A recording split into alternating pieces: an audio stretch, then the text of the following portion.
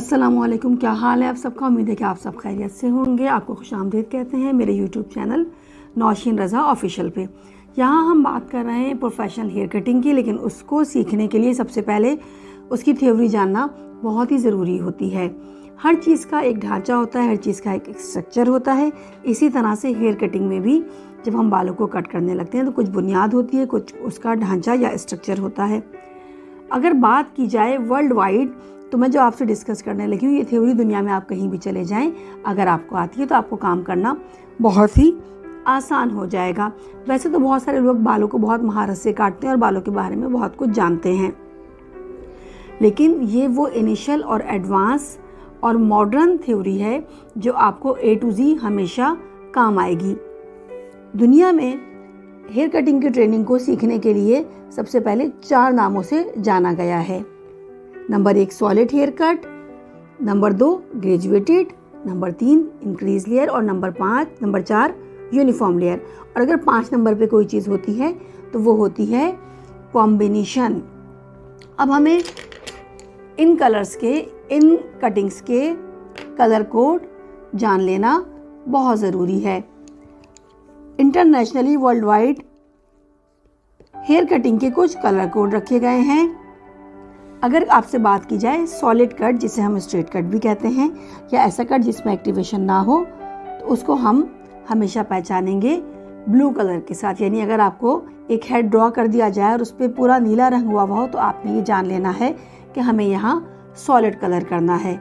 उसके बाद graduated cut को हमेशा जाना जाता है येलो कलर या येलो कोट के साथ। यानी अगर आपको एक हेड बना दिया जाए और उसमें येलो कलर किया हुआ हो तो हमें इस बात को जान लेना है कि इस हेड पे हमें ग्रेजुएटेड फॉर्म में हेयर कट करना है। और ऐसा भी हो सकता है कि एक हेड को 2 हिस्सों में तकसीम कर दिया जाए, जैसे कि इंटीरियर एक्सटीरियर हम पिछली क्लास में पढ़ चुके हैं। जो लोग उसको दोबारा से सुनना चाहें तो वो हमारी हेयर कटिंग बेसिक थ्योरी की पिछली क्लास नौशीन रज़ा ऑफिशियल यूट्यूब के चैनल पे देख सकते हैं। यानी अगर एक हेड हो और उसमें हाफ ब्लू और हाफ येलो हो तो आप समझ जाइए कि इंटीरियर हमें ग्रेजुएशन करना है और एक्सटीरियर हमें सॉलिड फॉर्म करना है। अगर बात की जाए इंक्रीज लेयर की, यानी एक्टिवेटेड फॉर्म, तो उसके लिए वर्ल्ड वाइड जो कलर कोड है वो हमेशा रेड है। यानी अगर एक हेड ड्रॉ किया जाए और उसमें रेड कलर हो तो हमें इस बात को जान लेना है कि इस हेड में हमें जो कलर करना है उसका कलर कोड रेड है। इसके बाद हम बात करेंगे यूनिफॉर्म लेयर की। यानी अगर हमें एक हेड ड्रॉ करके दिया जाए और उसमें उसका कलर कोड या उसमें ग्रीन कलर किया जाए तो हम समझ जाएंगे कि हमें इसमें यूनिफॉर्म लेयर करना है। और अगर ये चारों कलर एक ही मैनिक्विन हेड पे एक ही स्ट्रक्चर में बराबर से किए हुए हैं तो आप फ़ौरन समझ जाइए कि ये पर्पल साइन बनेगा।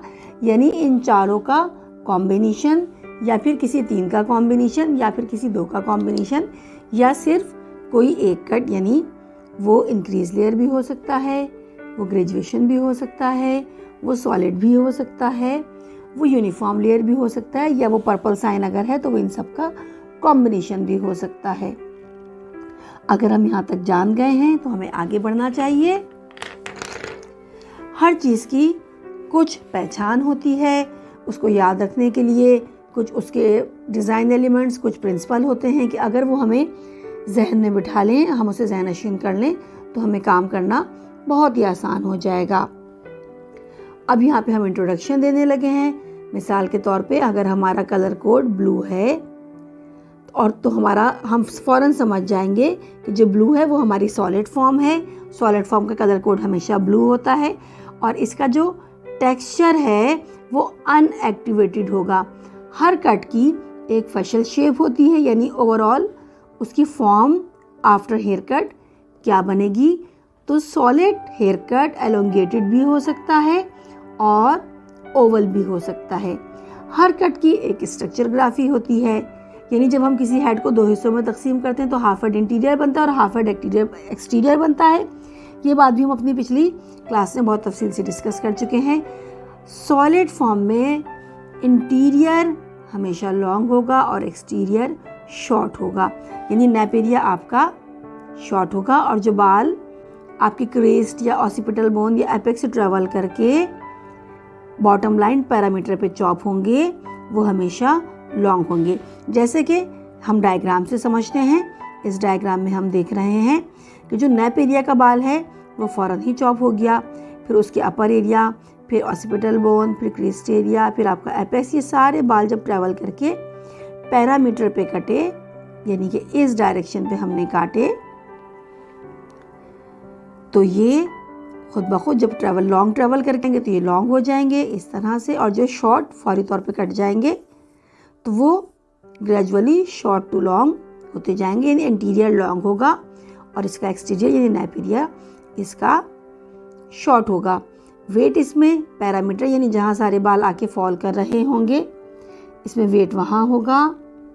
और डिज़ाइन लाइन स्टेशनरी, यानी हमें जानना होगा कितनी तरह की डिज़ाइन लाइन है, स्टेशनरी, मोबाइल और मल्टीपल, 3 तरह की डिज़ाइन लाइन हमारे पास होती हैं। हम इस बात को भी यकीनन डिस्कस करेंगे।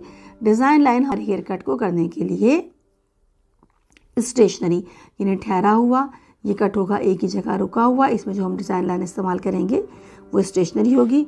और जो इसका टेक्सचर होगा वो अनएक्टिवेटेड होगा, ये सारे बाल सॉलिड फॉर्म में होंगे, इसमें हम एक्टिवेशन नहीं डालेंगे, वेट पैरामीटर पे होगा। और इसका कलर कोड ब्लू होगा, texture unactivated, facial shape elongated oval, या अगर बहुत ही लंबे बाल हैं तो हम उसे सिलेंडर भी कह सकते हैं।